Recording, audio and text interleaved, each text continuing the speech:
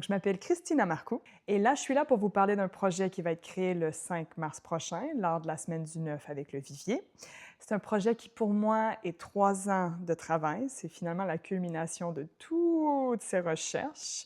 Et réellement, c'est une recherche de comment emmener 7 musiciens, donc 2 ensembles, sur scène où le geste de l'interprète, grâce à une machine, une interface qui est post-digitale, donc on ne voit pas l'interface, on ne voit pas la machine, mais elle capte nos gestes et elle vient transformer nos sons.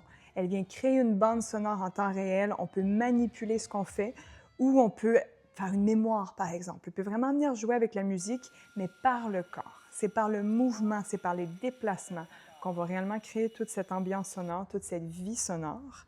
Et évidemment, on va aller plus loin, sinon c'est pas le fun. Donc, on en profite réellement pour faire un spectacle qui serait théâtral, mais sans texte. Donc, par les déplacements sur scène, on a réellement une espèce d'effet de masse, mais qui reste dans la masse, qui peut en sortir. Comment est-ce qu'on fonctionne un peu en société? C'est l'idée derrière, en fait, c'est l'idée qui est venue du spectacle. C'est une des premières fois que je commence une création sans une idée claire.